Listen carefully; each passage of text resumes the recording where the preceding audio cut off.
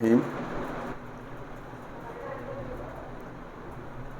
Today we are going to learn homeopathic treatment of the menopause. यहाँ एक चीज़ आपने समझनी है कि मेनोपॉज जो है मेंसेस जब स्टॉप होते हैं ये कुदरती अमल है। एजिंग जो है ये नेचुरल प्रोसेस है। अब इसका मतलब ये नहीं कि हम मेनोपॉज को रोकते हैं। इसका मतलब ये कि मेनोपॉज जब ओवेरियन फेलिवर होता है, ओस्ट्रोजन हार्मोन और प्रोजेस्टेरोन ओवेरियन हार्मोन्स का जो लेवल होता है वो कम होता है, उसकी वजह से जिन मसाइल का सामना करना होता है मेनोपॉजल वुमेन को, उसको हमने डील करना है, उसको मैनेज करना है। नंबर 1 ये बात आपने इधर याद रखनी है, क्योंकि ये मेनोपॉज बीमारी नहीं है कि आप इसका इलाज करते हैं। अगेन मेनोपॉज फिजियोलॉजिकल अमल है, नेचुरल प्रोसेस है, एजिंग है, ओवेरियन फेलिवर है, राइट। अब फिजियोलॉजिकल जो तबई चेंजेस होती हैं, जो नेचुरल कुदरती अमल होता है, उसका कोई ट्रीटमेंट नहीं होता, क्योंकि बीमारी नहीं होती, वो नॉर्मेलिटी नहीं होती, वो फिजियोलॉजिकल होता है। अब यहाँ जो हमने ट्रीटमेंट लिखा हुआ है उसका मतलब ये है कि जब ड्यूरिंग मेनोपॉज या बिफोर मेनोपॉज, प्री मेनोपॉजल या पोस्ट मेनोपॉजल या ड्यूरिंग मेनोपॉज, जब कभी भी कुछ जिन प्रॉब्लम्स, जिन तकालीफ का सामना मेनोपॉजल औरत को करना होता है due to ovarian failure, due to oestrogen hormones का कंसंट्रेशन जो है उसकी कमी की वजह से उसकी उस तकालीफ में उसको हमने सपोर्ट करना होता है, उसको थोड़ा रिलीफ देना होता है ताकि वो पीरियड गुजार सके, राइट। अब यहाँ एक चीज़ मैं आपको दूसरी बताऊं जो आपकी सिस्टम का खासा है एवर, वो ये कि आप का सिस्टम होम्योपैथी ये जो ओवरीज का लाइफ है उसको भी बढ़ाता है। मतलब इन अदर वर्ड्स ये फीमेल्स का जो एवरी लाइफ है, मतलब ये है कि ये उसकी लाइफ को, उसकी जवानी को प्रोलॉन्ग करता है। आपकी सिस्टम में सलाहियत मौजूद है कि वो औरतों की जवानियों को प्रोलॉन्ग कर दें। आप 70 तक, 65 तक लेके जा सकते हैं, राइट। लेकिन साथ आपने 77 एफोर्जम ऑर्गेन ऑफ मेडिसिन 6ठा एडिशन का याद रखना है, जिसमें आप मतलब ये उसमें अपना लाइफ स्टाइल और डाइट भी उसका सेट करना है। मतलब वहाँ उसका मैं आपको अगर कंक्लूजन या मफहूम बताऊँ 77 एफोर्जम का, जिस पे हमारे लेक्चर्स मौजूद हैं, 50-60 एफोर्जम पे हमारे लेक्चर्स मौजूद हैं, तो उसका खुलासा हमारे पास ऐसे आता है कि 77 एफोर्जम में हनीमैन कहता है कि कुछ बीमारियां ऐसी होती हैं जिसकी बेस में कोई मियाज़म नहीं होता, ना कोई अंडरलाइंग पैथोलॉजी होती है, बल्कि वो सूडो मियाज़मेटिक डिजीज होते हैं, फॉल्स मियाज़मेटिक। अब वो उसकी वजह बयान करता है कि उसकी वजह जो होती है उसके लाइफस्टाइल और डाइट में होती है। वहाँ वो एग्जाम्पल कोट करता है, कहता है कि मिसाल के तौर पर एक बंदा लिकर जो होते हैं इंजीरियस, उसमें इंडल्ज होता है 10-20 साल, मतलब वो शराब पीता है 20 साल, तो उसका लीवर सिरोसिस हो जाता है। तो अब इसके अंदर इसकी बेस में, इस लीवर सिरोसिस की बेस में जो है, इसकी बेस में कोई मियाज़म या अंडरलाइंग काज या पैथोलॉजी मौजूद नहीं है। इसकी वजह क्या है कि उसने गलत लाइफस्टाइल, गलत चीज़ शराब का इस्तेमाल किया बहुत अरसा, या एक बंदा परेशान रह के ना खुद को बीमार करता है, या एक बंदा डिस्टर्ब रह के, या जेलसी में रह के, या कंप्लेंट्स गिले शिकवे लोगों से करके, शिकवे दिल में रख के, कंप्लेंट्स करके, from politicians, from mother, from sister, from colleagues, from husband, from wife, हर वक्त उसको गिले शिकवे रहते हैं। तो these are what we call poisons, जो आप अपने सिस्टम में डालते हैं पॉइजन, कंप्लेंट्स के पॉइजन, जेलसी के पॉइजन, एंगर, गुस्से के, fighting with mother, with father, with brother. आप ये फाइट करते हैं, आप उसकी सिस्टम में भी जहर डालते हैं और अपने सिस्टम में भी जहर डालते हैं।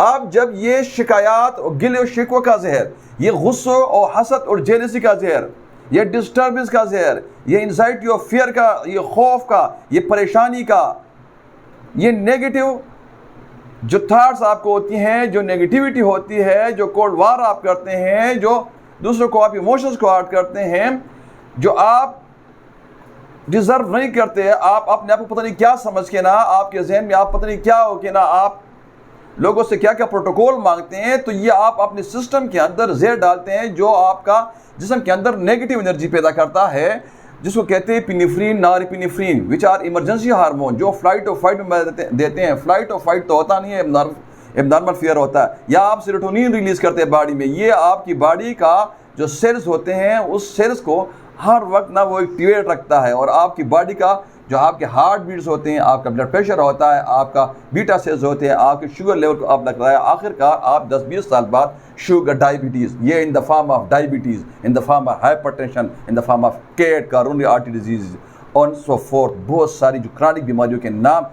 आलिमन एक आर्गेनर में एक और फोर्जम में कहता है कि इसकी बेस में सूरा है, इसकी बेस में सूरा है, जिसको ओल्ड पैथोलॉजिकल वर्क में ये ऑर्थोडॉक्स सिस्टम, एलोपैथिक सिस्टम वे ट्रीटमेंट की बात कर रहा है, मुख्तलिफ नाम दिए हैं जो नाम अभी हमने गिनवाए हैं।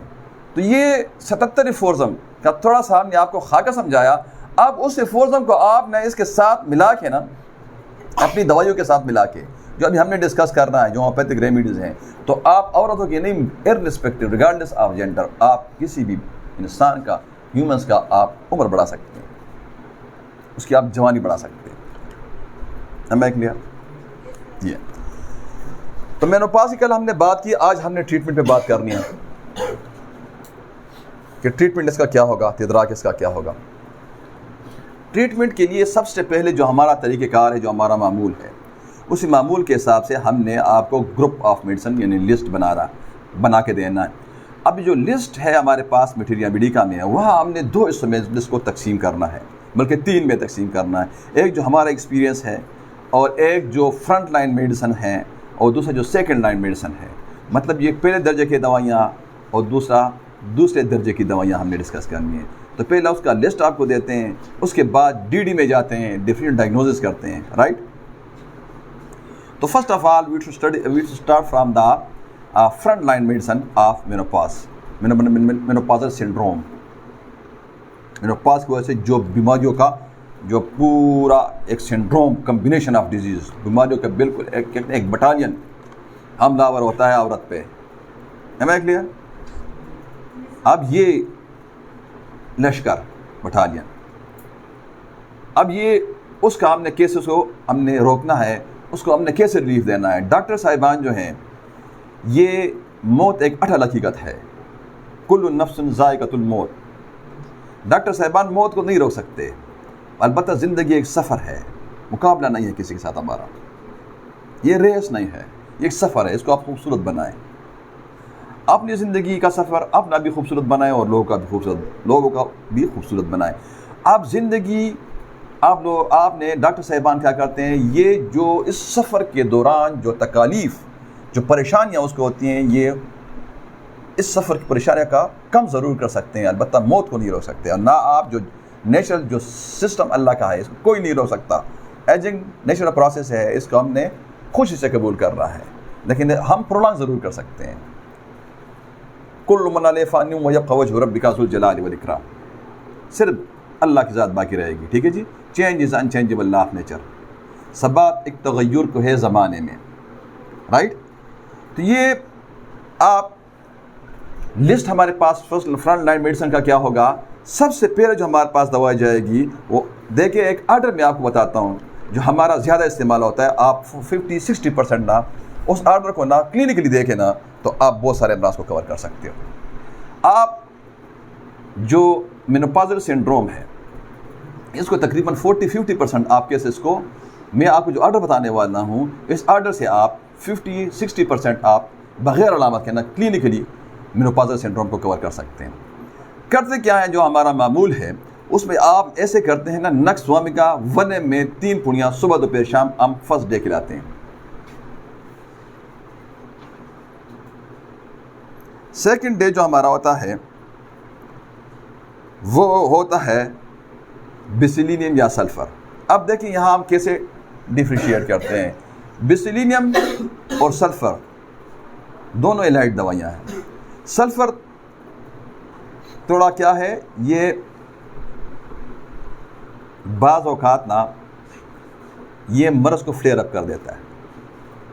जब मरीज़ की वाइटलिटी कम होती है या कमज़ोर होती है तो हम वहाँ बेसिलिनियम का इस्तेमाल करते हैं, क्योंकि ये सेफ़ दवाई है, वरना तो हम सल्फ़र का इस्तेमाल करते हैं। अब बच्चा होता है तो हम 200 में देते हैं, जब बड़ा होता है, बच्चों में मेनोपॉज़ नहीं होता। मैं आपको जनरल समझा रहा हूँ,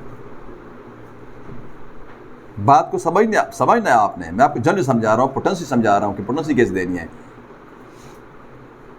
मेनोपॉज़ वो तो ज़ाहिरी बात है कि बूढ़ी 50 साल या 48 साल या 45 साल की उम्र का औरत को होता है। अब मैं इर्रेस्पेक्टिव ऑफ जेंडर और एज आपको समझा रहा हूँ कि सल्फ़र जो है ना, सल्फ़र जब बच्चे होते हैं हम 200 में देते हैं, जब बड़े होते हैं तो हम 1 में देते हैं। अब हम देखते हैं कि अगर उनका वाइटलिटी वीक है, वो कमज़ोर और लागर हैं, तो फिर हम 200 का इस्तेमाल करते हैं या 30 सुबह नहार में खुराक देते हैं। अब वापस आते हैं अपनी ऑर्डर की तरफ, क्लिनिकल। तो नक्स, बेसिलिनियम, ठीक, मेडोरिनियम।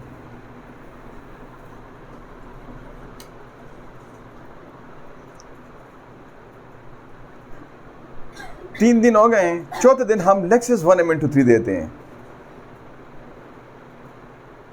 एक ये हमारा ऑर्डर है, क्या शाबाश, हाँ। अब दूसरा जो हमारा ऑर्डर है वो ऐसा होता है कि हम ऐसे करते हैं, नक्स, एक्सरे 30 एक डोज, नक्स 1m एक डोज, ट्यूबरकुलिनियम 1m एक डोज, मेडोरिनियम 1m एक डोज, सल्फर 1m एक डोज, और फिर देते हैं लेक्सिस 1mn3। अब जो ये 2 ऑर्डर्स हमने आपको बताएं, ये हमारा क्लिनिकल एक्सपीरियंस है, ये आप क्लिनिकली दें। ये आपका 50-60% आपके प्रॉब्लम्स हल कर देगा, जो during menopause, during ovarian failure या प्री मेंस्ट्रुअल या पोस्ट मेंस्ट्रुअल या मेंसेस के मेनोपॉज़ के दौरान, प्री मेनोपॉज़ल पोस्ट मेनोपॉज़ल और मेनोपॉज़ के दौरान जो तकलीफ होती हैं, ये आपको तकरीबन कवर करेगा। 9 इसके बाद जो हमारे पास ग्रुप आता है। अब एक बात मैं आपको दूसरी बताऊं, ये लेक्सिस हटा के ना, अब इसके बाद आपने क्या करना है, जो बाकी आपने आपको ऑर्डर बताया, ये तरतीब आपने ऐसे ही लगानी है, ये बेस बना लें, राइट। अब लिस्ट बताने लगा हूं और उसके बाद डिफरेंशियल डायग्नोसिस में जाते हैं दवाइयों का। पल्सटीला, सीपिया, सबाइना, SSP, हाँ, this is the mnemonic to remember: Sabina, Sepia and Pulsatilla. Fraxinus americana, Ophorinum, Calciracar और ग्लोनाइन। बेस हो गया, 2 ऑर्डर्स हो गए और ये दवाइयाँ हो गई। आगे लिखिए, amylenum nitrosum, amylenum nitrosum, zincum valerianicum, zincum valerianicum, ustilago maydis, merc sol, ignatia, gelsemium, conium, puls, cimicifuga, caulophyllum. Puls हमने आपको बता दिया, दोबारा रिपीट हो गया। Cactus, belladonna. ये कुल 24 दवाइयों का लिस्ट हमारे पास फ्रंट लाइन में आ गया। How many? 24 मेडिसिन का लिस्ट हमारे पास आ जाता है। सेकंड लाइन में आप 8-10 दवाइयाँ लिखते हैं। ये कुल नहीं है, ये वो है जो हम करते हैं। जो सेकंड लाइन हमारे पास दवाइयाँ हैं उधर है aletris, farinosa, Ashoka, graphite, ferrum met, carbo veg,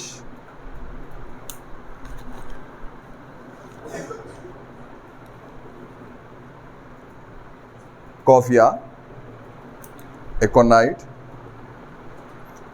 Cocculus, helonias and प्लम्बमेट।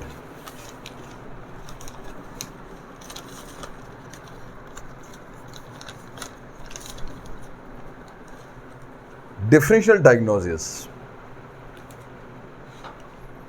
ठीक। तरीक़ेकार हमारा क्या होगा, हम कंप्लेंट्स ना जो ओवेरियन फेलियर के दौरान जो कंप्लेंट्स होती हैं, जो अगर किसी को यहाँ कोई प्रॉब्लम है तो इसका फर्स्ट पार्ट जो हमारा है वो देख ले तो साइन और सिम्टम में उसको अंदाज़ा हो जाता है कि वो कैसे कैरेक्टराइज करेगा मेनोपॉज को। डिफरेंशियल डायग्नोसिस में अगर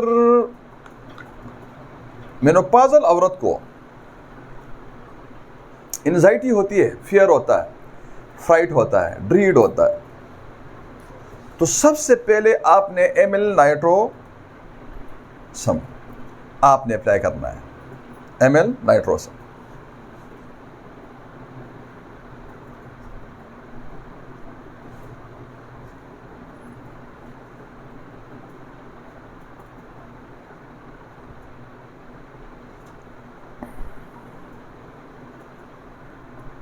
अब इसमें क्या होता है, एमिल नाइट्रोसम ये बेसिकली एमिल नाइट्रेट जो वेसोडाइलेटर है। एलोपैथिक दवाइयाँ जो हार्ट वाले, कार्डियोलॉजी वाले इस्तेमाल करते हैं एमिल नाइट्रेट, वो बेसिकली वेसोडाइलेटर्स हैं, राइट। ये बेसिकली जो एमाइल नाइट्रोसम है शॉर्ट, ये बेसिकली एमिल नाइट्रेट है जो वेसोडाइलेटर है, जो वेसल्स को डायलेट करता है, ठीक। ऐसी एंजियोटेंसिन कन्वर्टिंग एंजाइम्स को इनहिबिट करता है। अभी ज़्यादा आप कंफ्यूज ना हो, लेकिन मैं आपको थोड़ा सा इशारा दूं कि इसमें हम आगे बोल सकते हैं, लेकिन हमने आगे नहीं बोलना। हमने सिंपल और मुख्तसर और कंप्लीट मुकम्मल लेक्चर देने की कोशिश करना है और टाइम लिमिट्स को हमने देखना है। तो ये हमारी मजबूरियां हैं लेक्चर की। सो हम इस पे किसी और सेशन में इंशाल्लाह बोलेंगे आगे। ऑन इनहेलिंग दिस ड्रग, जब आप इस ड्रग को एमिल नाइट्रेट से जो बना है एमिल नाइट्रोसम, इसको आप करते हैं inhale, right. It rapidly dilates all arterioles, ये रैपिडली डायलेट करता है। ये इंजेक्शन जो है ना, यही चीज़ है ना जो जुबान के नीचे रखते हैं, तो ये रैपिडली डायलेट करता है आर्टरियोल्स को और कैपिलरीज को, प्रोड्यूसिंग फ्लशिंग ऑफ फेस। तो मुंह चेहरे से क्या आता है, फ्लशिंग, फ्लशिंग, हीट फ्लशेस, गर्मी निकलने का एहसास, heat and throbbing, head superficial arteries, hyperaemia, palpitation of the heart and similar conditions are readily cured by it, especially in flushing and other discomfort at climacteric। क्लाइमेक्ट्रिक कल आपको पढ़ाया था ना कि मेनोपॉज को क्लाइमेक्ट्रिक भी कहते हैं।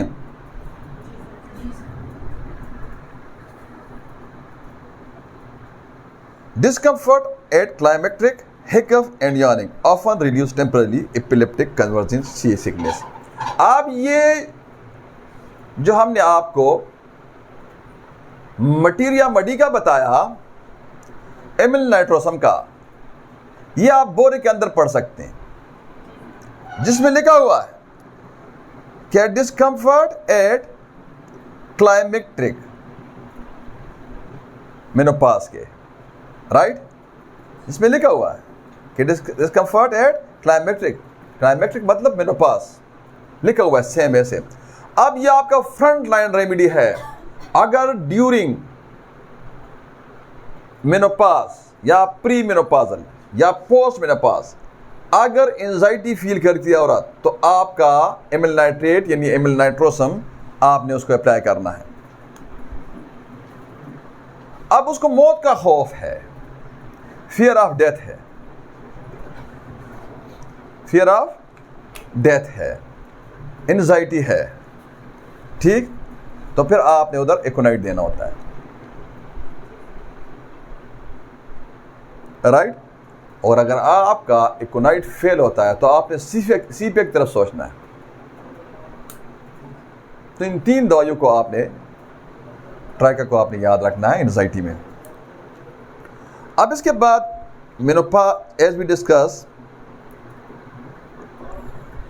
इन the lecture of the menopause, के कुछ औरतों का जो ब्रेस्ट होता है वो इनलार्ज हो जाता है, उसका जो होता है उसकी डिवेंडिंग हो जाती है, एट्रॉफी हो जाती है, किसकी हाइपरट्रॉफी हो जाती है।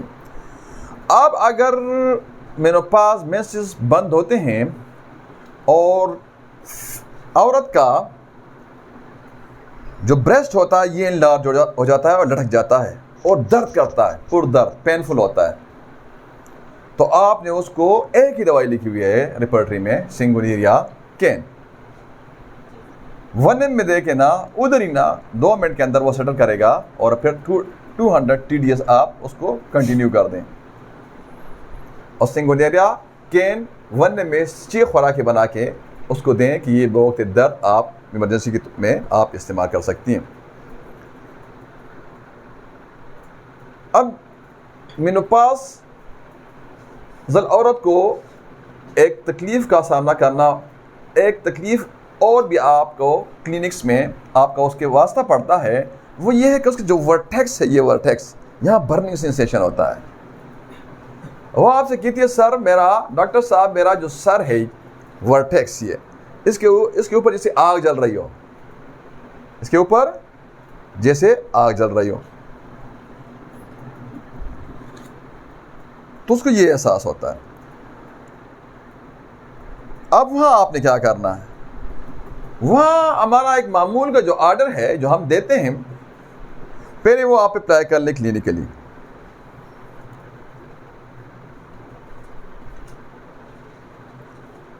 नक्स पहले दिन, सल्फर दूसरे दिन 1 ml में और लेक्सिस तीसरे दिन, बस बाकी सारी प्लासीबो दें उसको। ये फेल होता है तो लेक्सिस हटा के ना सिंगुनीरिया केन कर दें, लेकिन सिंगुनीरिया केन 1 ml to 3 प्लस 200 TDS जाएगा। ये बर्निंग सेंसेशन का हमारा मामूल है, ये हमारा प्रोटोकॉल है, ये हमने आपसे शेयर कर दिया है। बाकी बहुत सारे तरीके हो सकते हैं, लोगों का और भी एक्सपीरियंस हो सकता है। जो हमारा एक्सपीरियंस था, थोड़ा था, कुछ भी था, हमने आप लोगों से शेयर किया।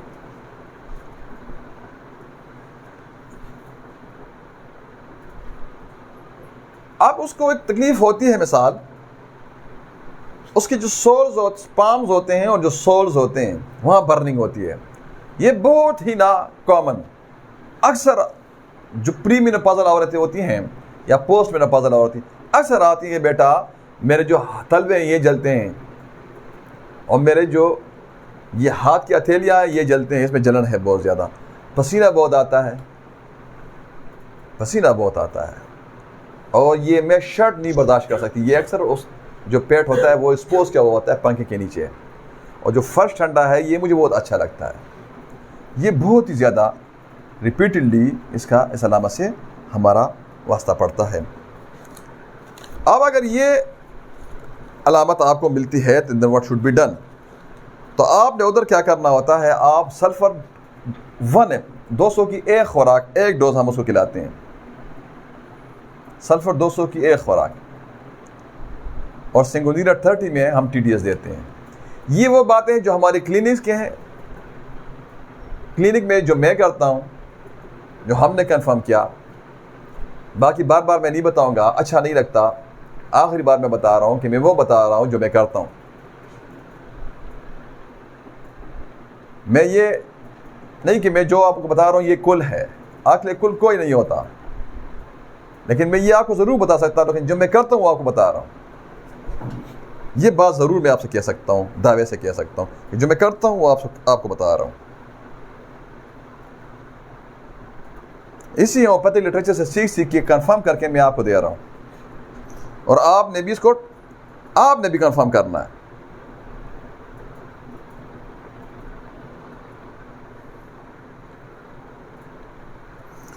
कंजेशन होती है, कंजेशन के सिम्टम्स होते हैं, चाहे वो कंजेशन के सिम्टम्स लाजमी बात है कि पेल्विक रीजन में होंगे और या हेड में होंगे।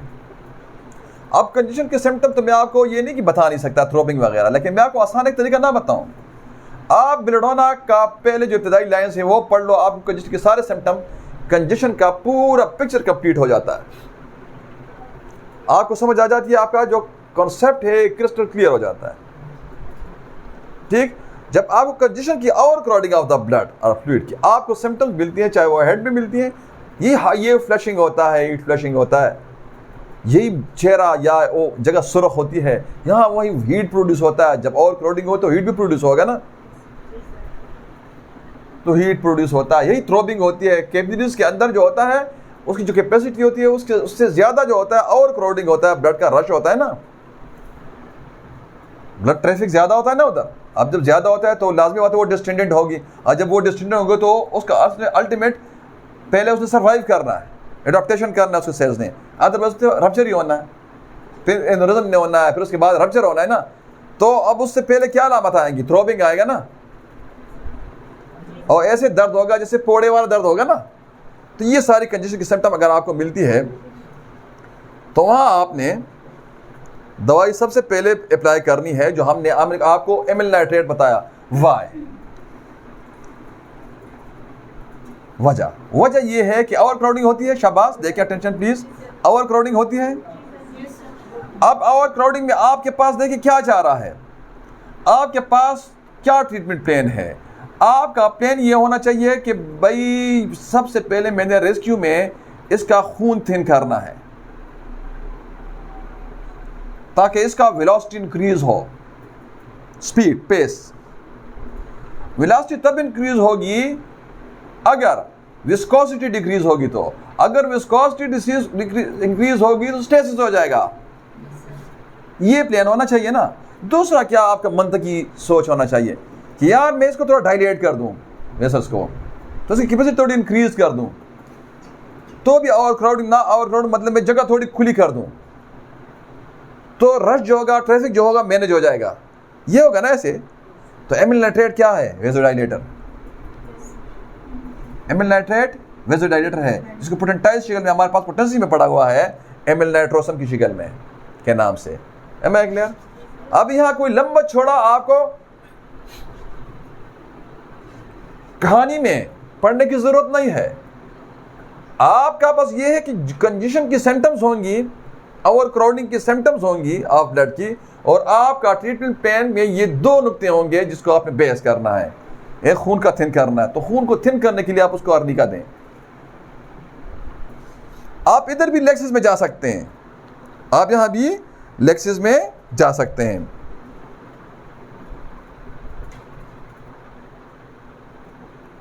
दूसरा जो ट्रू एंजिसिड से ही उससे ही बना है ग्लोनाइन।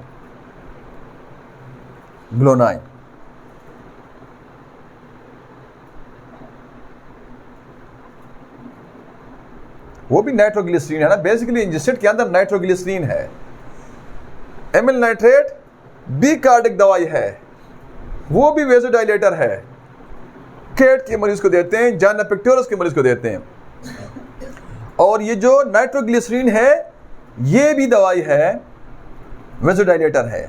तो हमारा तो प्लान ये है कि हमने वेसल्स को डायलेट करना है, हमने जगह बड़ी करनी है, तब हम ओवर क्राउडिंग को ऐसे ही कम कर सकते हैं। दूसरा, हमने उसकी विस्कोसिटी को, थिकनेस को, हमने उसको पतला करना है खून को।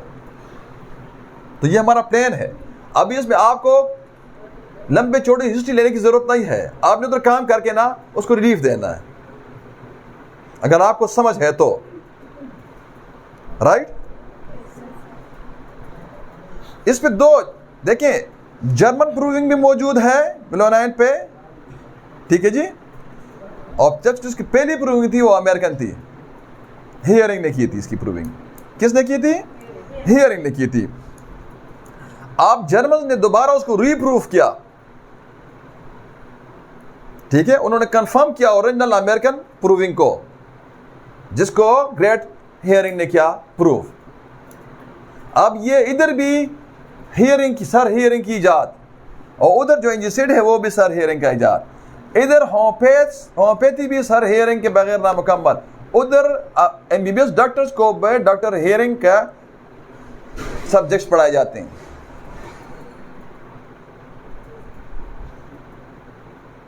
क्लियर? अब दूसरा आपका क्या आ जाएगा? ग्लोनाइन। हमने ग्लोनाइन की बात की कंजेशन में, हमने एमिल नाइट्रेट यानी एमिल नाइट्रोसम की बात की।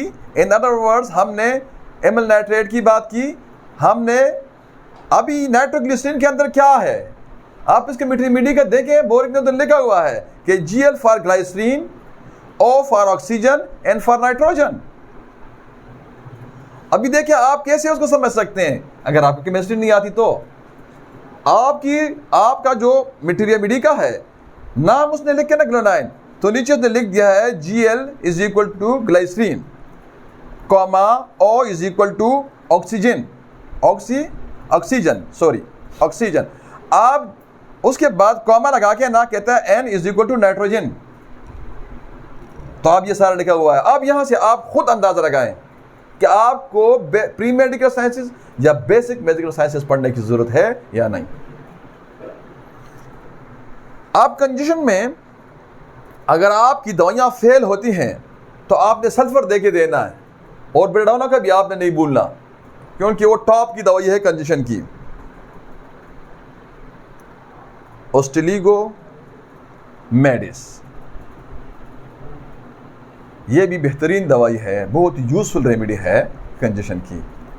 मेरे पास के दौरान जब औरतों को कंजेशन की सिम्टम्स या फीमेल्स को कंजेशन की सिम्टम्स आती हैं तो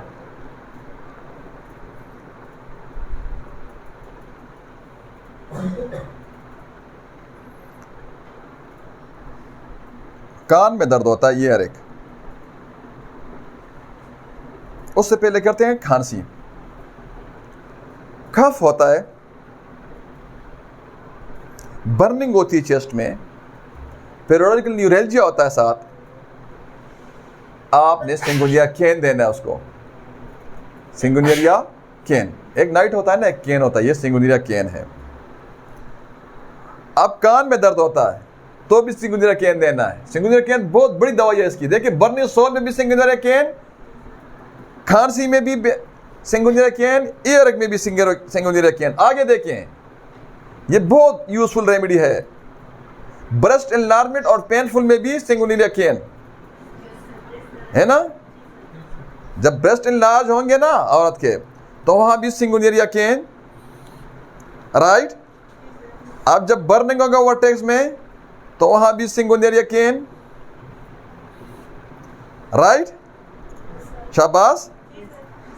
आप जब खांसी होगी, बर्निंग चेस्ट होगा, पेरियोडिकल न्यूरेल्जिया होगा तो भी सिंगुनिया केन, ईयरक होगा तो भी सिंगुनिया केन, राइट। जब फेंटिंग स्पेस आते हैं, फेंट होती है औरत, राइट, मेनोपॉज के बाद फेंट हो जाती है अचानक, आप then what should be done? तो आपने उधर तब करना है, उसको रेस्क्यू करना आपने फेंटिंग का। देखिए मैं आपको बहुत ही सिंप्लीफाई किया हुआ है। यही दवाइयां, यही ऑर्डर्स आगे पीछे आएंगी जो हमने आपको कहा था कि आपको जो हमने ऑर्डर्स बताए। तीसरा ऑर्डर भी हमने नक्स सल्फर लेक्सिस का बताया। ये 3 ऑर्डर्स ना आपके तकरीबन शिकायत कंट्रोल कर रही हैं। देखें आप आगे। अब जब यहां फेंटिंग स्पेस आते हैं, वही नक्स सल्फर और लेक्सिस, तभी हमने आपको कहा कि 50-60% आपका ये ऑर्डर्स आपके कवर करेंगे क्लिनिकली। ये हमने ये रिपोर्टें पढ़ के यहाँ से ये चीज़ें निकाली हैं कि भाई ये ज़्यादातर आपके जो मसाइल आते हैं उसके, ये इसको कवर करता है,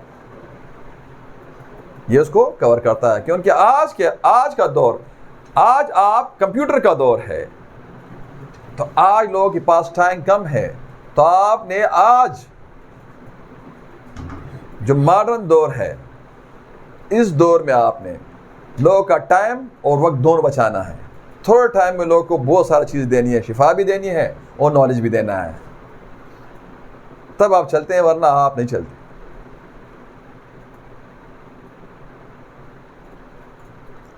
फेंटिक स्पेल्स में वही ऑर्डर, नक्स, सल्फर, लेक्सिस। आप देखें, आप उधर थोड़ा सा आप उसको एग्जामिन कर दें। मरीज एनीमिक है, मरीज एनीमिक है, absent, anaemic blood, absent blood, खून की कमी है उसमें।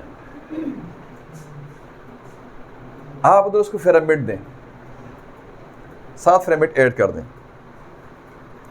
और इधर भी वही प्लान होगा। अगर कंजेशन की सिम्टम्स आ रही है ना, तो आपने नाइट्रोग्लिसरीन देना है, which is known as glonoine. Congestion की सिम्टम आपको मिल रही है ना इधर, तो फिर आपने क्या करना है, ये हटाना है। देखिए हम क्या कर रहे हैं, इसके अंदर मैकेनिज्म क्या है। ये हम ए भी दे रहे हैं, ए भी नहीं दे रहे, कोई ऑर्डर ए भी नहीं बना।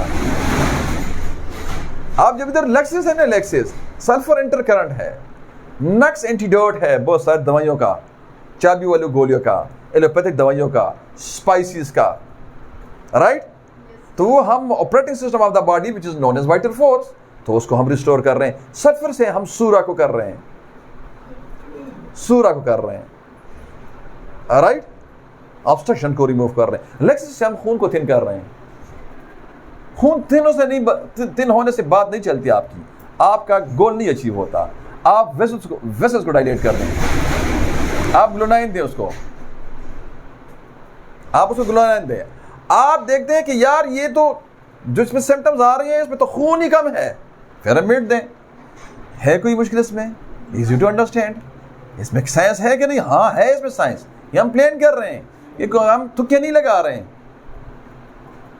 ये हमारे पास वेटरनरी का नॉलेज भी है अल्हम्दुलिल्लाह। ये हमारे पास प्री मेडिकल साइंसेस का, फिजिक्स, केमिस्ट्री, बायो का भी है। ये हमारे पास एनाटॉमी, फिजियोलॉजी, पैथोलॉजी और इंटरनल मेडिसिन का और गायनो ऑप्स का नॉलेज भी मौजूद है अल्हम्दुलिल्लाह।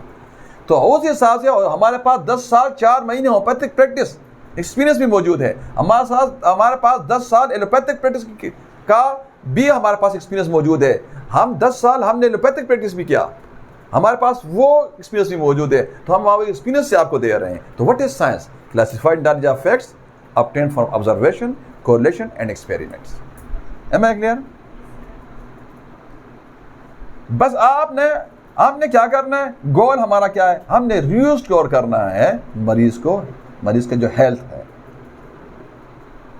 बस चाहे उसके लिए कोई तरीका इस्तेमाल करता है, हर किसी का अपना तजुर्बा है। होम्योपैथी में हर किसी की अपनी एक दुनिया है। हम एक ऑथर को पढ़ते हैं, उसके कुछ अपने मेडिसिन होते हैं। हम दूसरे ऑथर को पढ़ते हैं, उसके कुछ और एक्सपीरियंस होता है। हम किसी मीठरी मेडिका में एक दवाई को एक मीठरी मेडिका में पढ़ते हैं, उसका कुछ और एक्सपीरियंस होता है। अब बोरिक ने 4 लकीर लिखी कार्सिनोसिन पे, 4 लकीरें उसने लिखी, तो हमें 20 लकीर हम लिख सकते हैं। इसका मतलब ये नहीं कि हम उससे बड़े डॉक्टर हैं। वो ओल्ड मास्टर है, वो उस्तादों का उस्ताद है। अभी उसका हम बड़ा डॉक्टर पैदा ही नहीं हो सकता। मतलब कहने का ये है कि बहुत मुश्किल से पैदा होगा। तो हम तो गिनती में भी नहीं है, लेकिन हम 10 लकीर लिख सकते हैं। मतलब ये कि वो सच्चा बंदा था, बस उसने कॉपी पेस्ट नहीं किया। जो उसको पता था उसने उतना ही लिख दिया, वरना वो कॉपी पेस्टर होता तो वो 50 सफ़े लिख देता। तब उसको हम अथॉरिटी मानते हैं, तब उसको हम पढ़ते हैं। ये सच्चे लोग थे। तो जिस ऑथर को जिस दवाई के बारे में जितना पता था, तो उसने उतना लिख दिया। और जिस दवाई के बारे में उसको पता नहीं था, उसने कॉपी पेस्ट नहीं किया, उसने उस दवाई के बारे में लिखा ही नहीं। उसने उस दवाई के बारे में लिखा ही नहीं। तभी देखें, हम आपको कह रहे हैं कि भाई जो ये सच्चे लोग थे, तो आपने अथॉरिटी को पढ़ना है, अथॉरिटी को सुनना है, सबकी बात नहीं माननी। तो हम वो कह रहे हैं ना जो हमने कंफर्म किया। अब उन्होंने अपने तजुर्बात किए ना, तो हम अपना तजुर्बा दे रहे हैं उनसे सीख के, और फर्दर भी उनसे सीखना है। ठीक। अब इसके बाद फेंटिंग स्पेल्स के बाद एक तकलीफ जो आपका रिपीटेडली उससे वास्ता होता है, आप सबका मुशाहिदा हुआ होगा यकीनन, कि बाल गिरना शुरू हो जाते हैं। ओवेरियन फ्लेवर के बाद बाल गिरना शुरू हो जाते हैं।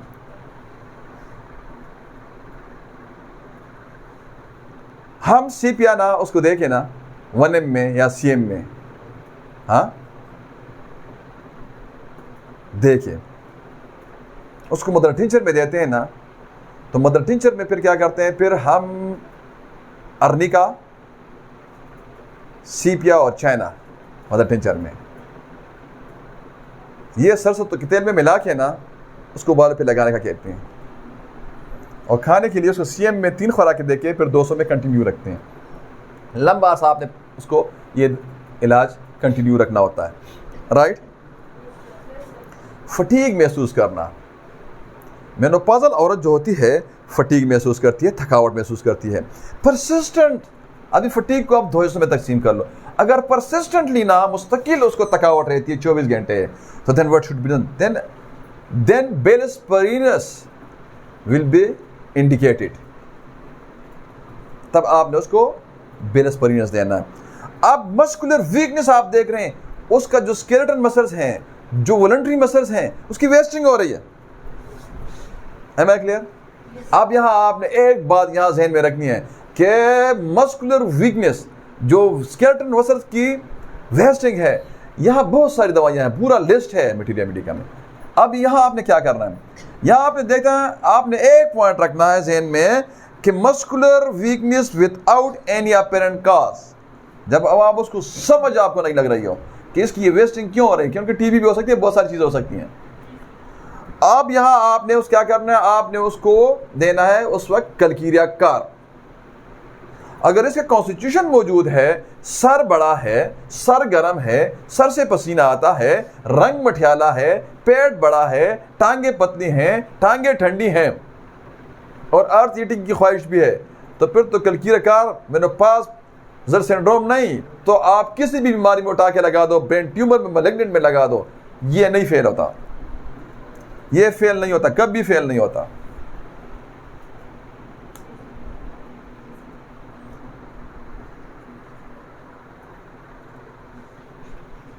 दस हमने प्रॉब्लम्स डिस्कस की, complaints.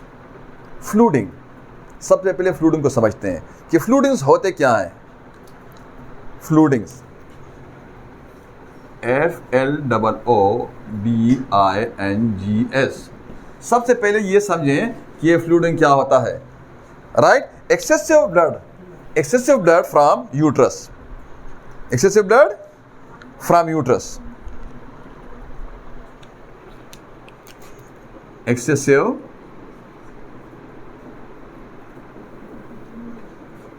blood from uterus. Am I clear? Excessive blood from uterus. यहां आपने इसकी बेस में साइकोसिस होता है, आपने मेडोनियम लाजमी लगाना है, 200 में एक dose.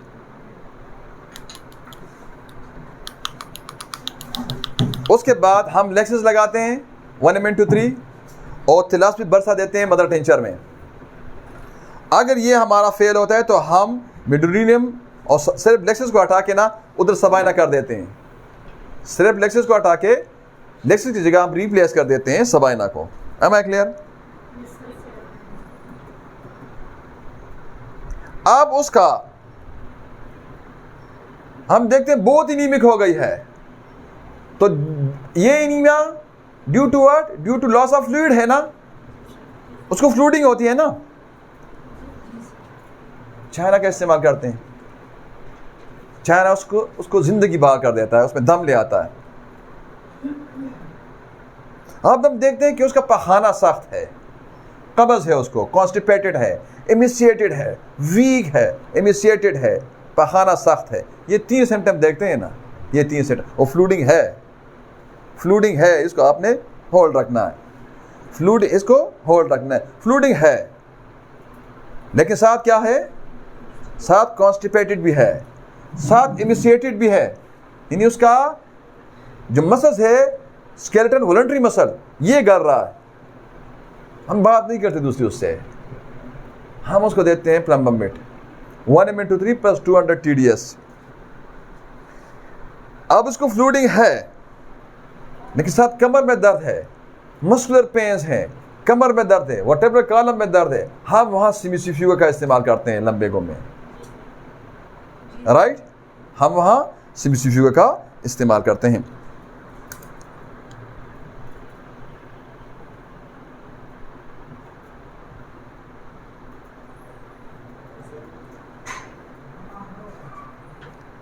Infra memory pens,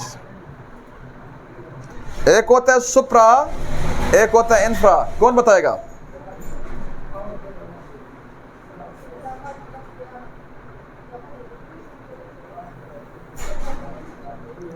infra memory जी, कौन बताने वाला है? एनीवन? इंफ्रा, सीरीन, इंफ्रा।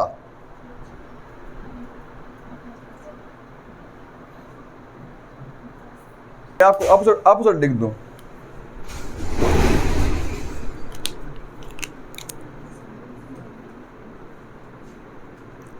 इंफ्रा, मैं अपोजिट लिख दूं, ठीक है जी, अपोजिट लिख दूं, सुप्रा। आप बताएंगे आप जी? हाँ सीरीन।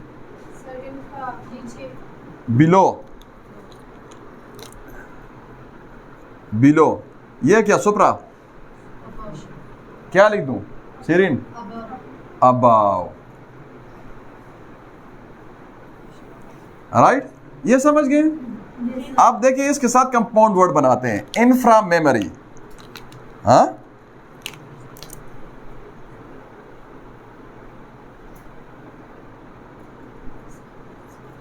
मेमोरी, मेमोरी क्या है?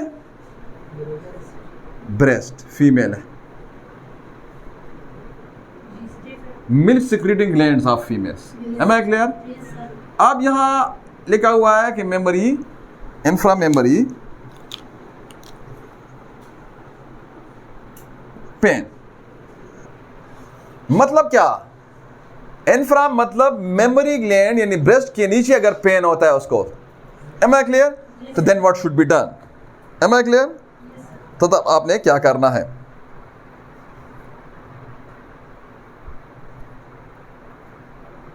मेमोरी पेन में बेसिकली ये होता है मस्कुलर पेन। जो मस्कुलर सिस्टम पे हमारा काम करता है वो है सिम्प्लिसिटी फ्यूगा, सिम्प्लिसिटी फ्यूगा।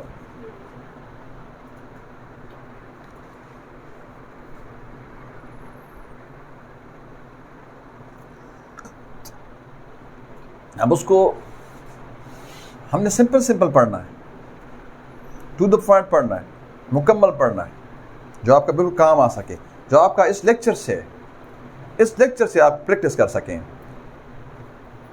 चाहे आपने DHMS में अभी दाखिला लिया हो, तो चाहे आपको दवाइयों का स्पेलिंग आता हो या म्याज़म आप जानते हो या नहीं, यानी कि ज़रूरत नहीं है उसकी, है ज़रूरत। लेकिन हमारा प्लान ये है कि हमने अपने यंग इमर्जिंग डॉक्टर्स को हमने एम्पावर करना है। उसके बाद आपने अपने लेवल को आगे बढ़ाना है, इस लेवल पे रहना नहीं है। ये बात मेरे जहन में रखनी है आपने। अगर आप इस लेवल पे रहते हैं तो आप देखें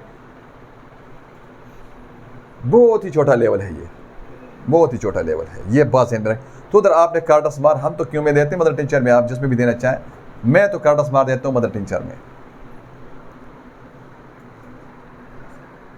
ये नहीं कि और दवाइयां हैं नहीं, कोई चिलिडोनियम नहीं है, नेटम सल्फ, माइरिका, TNT, क्रोटिरस, हॉरिडस, चाइना, पोडो है। लेकिन जो इधर हमारा एक्सपीरियंस है ना, उधर हम मदर टिंचर में देते हैं, बस 10 का 100, बाकी सारे प्लासिबो देते हैं हम। ये नहीं कि हमें कोई लाइको या कोई बारबेरस वगैरह और चिलिडोनियम, नेटम सल्फ, माइरिका, TNT, क्रोटिरस, हॉरिडस का पता नहीं है। लेकिन यह है कि हम लीवर पे लेक्चर नहीं कर रहे हैं, इधर जो करते हैं, जो हमने सीखा रिपर्टरीज से, होम्योपैथिक लिटरेचर से, वो शेयर किया आपसे। बस मैं आपको बता दिया कि लीवर डिजीजेस, पहले हमने बता दिया आप लोग कि लीवर डिजीजेस, अगर मेनोपॉजल औरत को लीवर की प्रॉब्लम्स आती हैं ना, उसको जिगर के मसाइल आते हैं ना, तो आपने कार्डस मार देना है।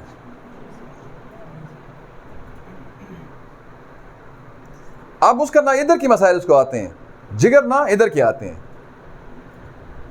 दोनों इंटर रिलेटेड है ना, जिगर की मसाइल भी और दिल के मसाइल, और ये क्या नहीं इंटर रिलेटेड नहीं है?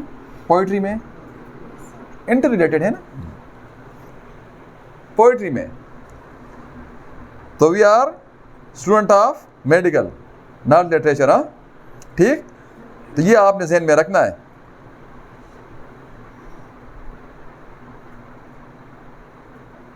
इरिटेबिलिटी होती है, चिड़चिड़ापन होता है, पीवियसनेस होता है, मेंटल डिप्रेशन होता है। सिमिसिफ्यूगा और लेक्सिस। लेकिन यहां आपने 2 दवाइयां पहले लगानी है साथ इग्निशिया दवाएं 200 में, सोराइनम और वेलेरियाना। पहले सोराइनम लगाना है, दूसरा वेलेरियाना। सोराइनम हम 200 में एक खुराक देते हैं, वेलेरियाना हम सीएम में एक खुराक देते हैं। तो ये आपके केस, आपका रिजल्ट और भी बेहतर होता है इससे आपके केस ज़्यादा ठीक होते हैं। तब आपका लेक्सिस और सिमिसिफ्यूगा और भी बेहतर काम करेगा। मैं तो कहता हूँ कि इग्निशिया को 200 रात एक कर दें, अब सिमिसिफ्यूगा और लेक्सिस में डिफ्रेंशिएट कर दें। अब लेक्सिस वाला जो होगा, लेक्सिस वाला जो होगा ना, उसके जिस्म पे नील पड़ेंगे। वो जो है ना, वो तंग कपड़े नहीं बर्दाश्त कर सकता, वो बंद कपड़े में उसको घबराहट होती है, गाड़ी में वो शीशे की तरफ बैठता है, ट्राउजर वो लूज पहनता है, राइट।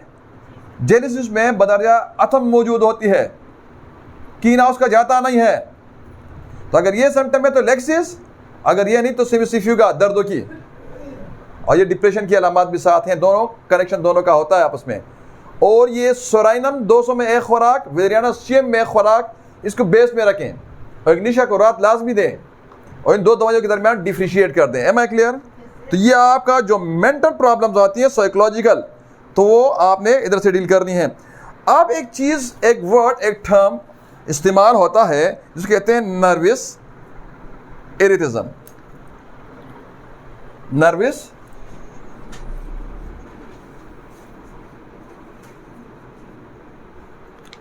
ये होता क्या है, पहले मैं ये समझाता हूं, फिर इसकी दवाइयां समझाता हूं। ये प्रॉब्लम होती है अक्सर औरतों को मेनोपॉज के दौरान। इसमें होता है the change in nervous, central nervous system, CNS के अंदर आ जाता है change. Am I clear? Neurology तो मेरे लेक्चर मौजूद हैं, ठीक है जी, न्यूरोसाइंसिस पे, न्यूरोएनाटमी पे, न्यूरोफिजियोलॉजी पे, और आप मेजॉरिटी जो इधर बैठा हुआ है वो उन लेक्चर में था भी, ठीक। अब इधर क्या होता है, the change in central nervous system result in psychological effects known as erethism, nervous erethism. Am I clear? आप जब चेंज आता है सेंट्रल सिस्टम में, अब ये कैसे हम पहचान सकते हैं इधर, तो इसमें होता है जब चेंज आता है नर्वस सिस्टम में, नर्वस इरिटिज्म होता है, तो हाउ कैन वी कैरेक्टराइज? देखिए उसमें रेस्टलेस होगा मरीज, इरिटेबिलिटी होगी, इंसोम्निया, नींद नहीं आएगी, डेमेंशिया होगा, मेमोरी लॉस करेगा, डिप्रेस होगा, कंसंट्रेशन डिफिकल्ट होगा उसका, ठीक है जी, शाइनेस आ जाएगा, एंजाइटी होगी उसको। Am I clear? अब उसके बाद आप इसको देना क्या है, यहाँ हम जो इस्तेमाल करते हैं, तो यहाँ हम वेलेरियाना लाजमी देते हैं सीएम में एक डोज। नर्वस सिस्टम या नर्व्स का, या पेरिफेरल नर्वस सिस्टम या सेंट्रल नर्वस सिस्टम के जो भी मसाइल आते हैं वेलेरियाना इंटरकरेंट के तौर पे लाजमी देते हैं। अब वेलेरियाना के बाद हम दवाइयों के चेंज करते हैं। अगर उसको सैड है, सैड, परेशान बहुत है, तो इग्निशिया। अब लेक्सिस कॉन्स्टिट्यूशन है तो लेक्सिस। अब हमें कोई समझ ही नहीं आती वजह, तो हम तिरिडियोन देते हैं। और एक दवाई दूसरी जो बहुत ही यूजफुल दवाई है, उसको कहते हैं जिंकम वेलेरी एनिकम।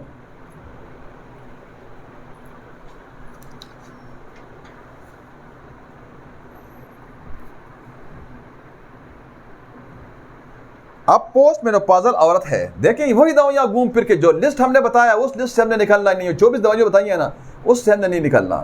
अब उसको यूट्रस में पेन है, मेनोपॉज औरत, वो श्रिंक हो जाता है ना, अब उधर पेन है तो आपने उधर देना है सीपिया 200 और सिमिसिफ्यूगा 30 में। सीपिया 200 सुबह नहार में, सिमिसिफ्यूगा 30 में सुबह दोपहर शाम आपने देना है। Am I clear? Any question up to this? दिल की धड़कन तेज होती है, टिकिकार्डिया होता है। क्या? टिकिकार्डिया होता है, दिल अचानक तेज हो जाता है। इधर आपने एमिल नाइट्रोसम देना है अगर कंजेशन की सिम्टम है तो, बार बार मैं नहीं बताऊंगा आप लोगों को। एमिल नाइट्रेट देना है, वैसे इसको आपने डायलेट करना है अगर जरूरत है तो, राइट। अगर खून थिन करने की जरूरत है ना तो फिर आपने लेक्सिस देना है एक दूसरे तरीके से। Am I clear? अगर उसको दर्द है ना मसल में, मस्कुलर सिस्टम में साथ दर्द है, तो आपने सिमिसिफ्यूगा देना है। दिल की धड़कन, साथ मस्कुलर पेन, तो आपने देना है सेमिसिफ्यूगा। कंजेशन की सिम्टम एमिल नाइट्रेट, खून लेक्सिस का कॉन्स्टिट्यूशन तो लेक्सिस। Am I clear? अब आपका कंजेशन की सिम्टम है एमिल नाइट्रोसम, आपका फेल होता है, वही प्रोटोकॉल इधर अप्लाई होता है। ये आपके दिल के अपराध में भी अप्लाई होता है, ये आपकी कोरोनरी आर्टरी डिजीज में, एंजाइना पेक्टोरस में, केड में। आप अपनी दवाई को उठा के, आप दवाइयों की सोल को समझते हो, तो आप दवाई को उठा के किधर भी लगा सकते हो, किसी भी एंटिटी में लगा सकते हो, कार्डियोलॉजी में लगा सकते हो, मेनोपॉज में लगा सकते हो, सन हेडेक में लगा सकते हो, हाइपरटेंशन में लगा सकते हो, ब्लड प्रेशर में लगा सकते हो। यकीन करिए आप, एक बंदा है उसको फियर है, उसका बीपी डाउन हो गया, या उसको ग्रीफ है, परेशान है, उसका बीपी अप हो गया, कंजेशन की सिम्टम आ गई हैं, आप उठा के उधर लगा सकते हो। लेकिन आप अगर दवाई की सोल को समझते हो तो आप कंफ्यूज नहीं होते। अदरवाइज आपने कम्बिनेशन का सहारा ही लेना होता है, और फिर भी आपने कंफ्यूज होना होता है, आपका कन्फ्लिक्ट होता है। और जब कभी भी आपका कन्फ्लिक्ट होगा, आपका मरीज ठीक नहीं होता। कन्फ्लिक्ट को सबसे पहले आपने दूर भगाना है, और उसके बाद काजेशन में जाना है। ये मेरी बात आपने ज़हन में रखनी है। ये आफ्टर डिस्कसिंग टेकिकार्डिया, जब मरीज औरत को प्रोफ्यूज परस्पिरेशन होती है ना, पसीना आता है, जैसे वो जिस तरह बंदा नहा के बाहर आता है, इतना पसीना उस पर आता है, आपने उधर देना है उसको सीपिया। क्या देना है? सीपिया देना है। आप देखें बार बार सीपिया क्यों आ रहा है, ये क्वेश्चन है ना। सीपिया हार्मोन्स को ठीक करता है। सीपिया, आप इधर प्रॉब्लम हार्मोनल है क्योंकि ओवेरियन फेलेवर है ना। अब इधर जो सबसे बड़ी दवाई है वो है जबुरांडी। क्या है? जबुरांडी। जबुरांडी बड़ी दवाई है। ये दोनों हम पल्ला दवाइयाँ हैं परस्पिरेशन में। जब पसीना आता है बहुत ज़्यादा मेनोपॉज के बाद, तो ये दो दवाइयाँ बहुत बड़ी दवाइयाँ हैं परस्पिरेशन की।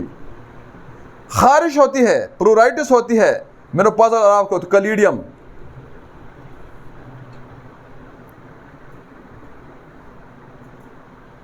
राल बहता है, राल थूक बहुत ज्यादा बनता है, राल बहता है, तो आपने उधर जबुरांडी। अभी देखिए अजीब व गरीब सिम्टम एक है, सेक्सुअल एक्साइटमेंट उसको होती है। आ रही समझ आप लोगों को? सेक्सुअल एक्साइटमेंट होती है, तो क्या करना है? फिर आपने उसको देना है, मछली से एक दवाई बनी है, एनिमल किंगडम से है, कौन बताएगा? पर्पल फिश होता है, purple. Who is going to inspire us? जी, पर्पल फिश। आप जो बथिंगन कहते हैं ना उसको, आप बथिंगन की तरह। नो, फिश पर्पल होता है, वो तो कटल फिश है, उसका तो अंदर सियाही होता है। क्या है? Murex, purpurea, Murex. अब औरत को ना मेनोपॉज के बाद सेक्सुअल एक्साइटमेंट होती है। आगे समझ? Sinking eight stomach. सिंकिंग जानते हैं? पेट में डूबने का एहसास। A feeling caused by uneasiness, a feeling caused by uneasiness. Am I clear? सबसे पहले हमने सिंकिंग को समझना है, उसके बाद हमने तर्जुमा करना है कि मैदे में डूबने का एहसास, तो उसके बाद हमने आपको दवाइयाँ बतानी है। Am I clear? पेट में डूबने का एहसास, ये तर्जुमा हो गया। तर्जुमे से कॉन्सेप्ट नहीं क्लियर होता। अब हम नाउ क्वेश्चन इज दैट कि what is sinking? Sinking of heart, sinking of stomach. तो इधर सिंकिंग ऑफ स्टमक की बात कर रहे हैं, तो सिंकिंग क्या होता है? सिंकिंग ऑफ फीलिंग, ये फीलिंग है जिसको काज करते हैं अनइजीनेस। नहीं क्लियर हुआ? नहीं क्लियर हुआ भाई। अब क्या होता है इसमें? इसमें डिक्रीज हो जाता है ना कॉन्फिडेंस, कॉन्फिडेंस कम हो जाता है, इसको हम डिस्करेजमेंट कहते हैं ना। अब जब कॉन्फिडेंस कम होता है और उसको फीलिंग ऑफ ड्रीड होता है। अब क्वेश्चन है कि ड्रीड क्या होता है? Great fear, great fear. अब उसको ग्रेट फियर होता है, एंजाइटी होती है। कंक्लूड करते हैं, सिंकिंग कहते हैं जिसमें कॉन्फिडेंस लो होता है और बंदे को ग्रेट फियर होता है। तो मैदे में डूबने के एहसास, यानी मैदे में इधर उसको साथ इधर कुछ महसूस होता है कि इधर कुछ अनइजी होता है, कहते हैं इधर मुझे कोई, मैं डिस्टर्ब सा हूँ, इधर कुछ कोई तकलीफ है मुझे। समझ आ रही है आपको? उसे डूबने सिंकिंग का एहसास होता है, उसका कॉन्फिडेंस लो होता है, उसको ग्रेट फियर होता है, परेशान भी होता है साथ हर चेहरे से उसकी एक्सप्रेशन आपको नजर आ सकती हैं। तो दो दवाइयाँ आपने याद रखनी है, इग्निशिया रात को देनी है, CPR आपने सुबह देनी है 200-200 में। बाकी अब बहुत सारी दवाइयाँ हो सकती हैं, आप उधर पढ़ें। जख्म होते हैं, जख्म होते हैं, उसको समझ आ रही है आपने? तो आपने उसको देना है कि सर्द मिजाज है, उसको ठंड सर्द मिजाज है, तो आपने क्या देना है उसको देना है सलीशा सुबह, परजीन दोपहर। अगर गर्म मिजाज तो सर्द 200 सुबह और परजीन दोपहर। अगर आपने कवर करना है उसको कि वो ठीक नहीं होता, तो आपने अर्निका 200 और सेनेकलम 30 में देना है। साथ अगर रेस्टलेसनेस भी है और आप खून को पतला, कंजेशन की सिम्टम भी पतला करना चाहते हैं और एंटीसेप्टिक के तौर पर भी आने का काम करता है, तो आपने फिर ऐसे करना है उसको। Am I clear? अब इसके बाद अगर औरत को होता है टिनाइटिस और चक्कर आते हैं, टिनाइटिस होता है, तो दिस इज ये कौन सा सिम्टम है? कंजेशन के। ये कौन सा सिम्टम है? दवाइयाँ समझ आ गई आपको। ग्लोनाइन देना है आपने, खून पतला करना है, लेक्सिस देना है आपने। कोई है मुश्किल इधर? नो। चक्कर क्यों आ रहे हैं? कंजेशन के सिम्टम्स हैं, बिलोडोना देने आपने। मैं ऐसे करता हूँ, रेडियम दे के ना 30 में, उसके बाद में ग्लोनाइन दे के ना फिर बिलोडोना दे देता हूँ 1 में, तो वो उधर ही सेटल हो जाता है, उधर तो 2-3 मिनट में इधर बैठे हैं ना गवाह, जो हम उनके हाथों डिस्पेंसरी में आवाज लगा के देते हैं, वो कंजेशन की सिम्टम्स होती हैं। आप इसको इधर से ये ऑर्डर उठा के ना आप हाइपरटेंशन में लगा दो, उधर रेस्क्यू कर दो। आप दवाइयों को उठा के लगा सकते हैं, उठा के पिंडे में इसमें भी लगा सकते हैं, अगर आप दवाइयों को सोल को समझते हैं। अदरवाइज आप लकीर के फकीर होते हैं। मैं वो लेवल्स की बात कर रहा हूँ आपको, जो मैं लेवल्स की बात कर रहा था, तो वो ये तरीके थे। अब आप जो होती है इंतहाई वीक होती है, उसको वीकनेस होती है, कमजोरी होती है, तब भी ये CPR और लेक्सिस जाएगा, तब भी CPR और लेक्सिस जाएगा। Am I clear? अब उसको क्या होता है, जो मेनोपॉज़ल औरत होती है, उसका सर दर्द, उसके सर दर्द में आपने उधर CPR, सिंगोनीरिया, ग्लोनाइन, दोनों वेजोडाइलेटर्स एमिल नाइट्रोसम और ग्लोनाइन आपने पक्का जहन में रखना है। ठीक है जी? चाइना सिमिसिफ्यूगा, ठीक है जी, और सिंगोनेरिया और CPR, राइट साइड का सिंगोनेरिया।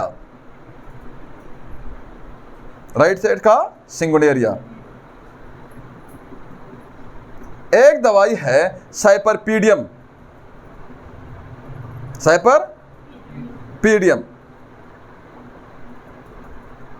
इसमें इस सर दर्द में ये आप इसको उठाएं, इसका मीठी का देखें, इसमें लिखा हुआ कि headaches of elderly people and during climacteric लिखा हुआ है इसमें। ये दवाई को मैं अभी नहीं बता रहा साइपरपीडियम आपको, इसमें लिखा हुआ है कि ये मेरे पास की दवाई है, ये मेरे पास के सर इसकी हेड में लिखा हुआ है। आप पढ़ लें, इसका हेड का आखिरी वर्ड जो लिखा हुआ है क्लाइमेट्रिक है, आखिरी वर्ड। साइपरपीडियम बोरिक मीठी का हेड आखिरी word cypripedium. Am I clear? Globus hystericus, इस पे हमारे लेक्चर्स मौजूद हैं, ठीक है जी। लेकिन मैं आपको इधर इतना बताऊं कि ग्लोबस हिस्टेरिकस होता क्या है। फीलिंग ऑफ लम्प और foreign body in the throat, उसको कुछ इधर महसूस होता है ना।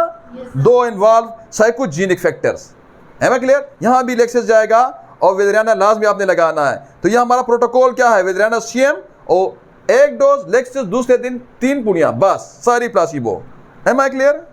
हिस्टेरिकल टेंडरनेस होती है, उसको टेंडेंसीज होती है उसको। हिस्टेरिकल जानते हैं? हिस्टेरिया कहते हैं अनकंट्रोलेबल इमोशंस, इर्रेशनल यानी इलॉजिकल, अनरीजनेबल fear, emotion और इमोशनल शॉक। ठीक है जी। यहां हम क्या करते हैं? वेलेरियाना CM एक खुराक, ठीक है जी, कालीफास इग्निशिया 1 mg/3, कालीफास 1 mg/3, इग्निशिया 200 परसेंटीला 30 में हम देते हैं, राइट। तो ये हमारा क्लिनिक का प्रोटोकॉल है।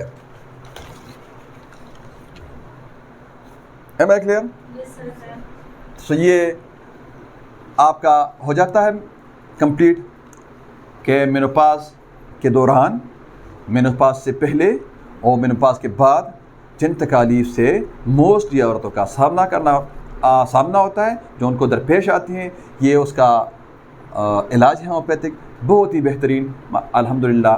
कोई एवरसाइज के पास होम्योपैथी जैसा ट्रीटमेंट नहीं है। Am I clear? कोई क्वेश्चन है? Thank you very much. Class dismiss.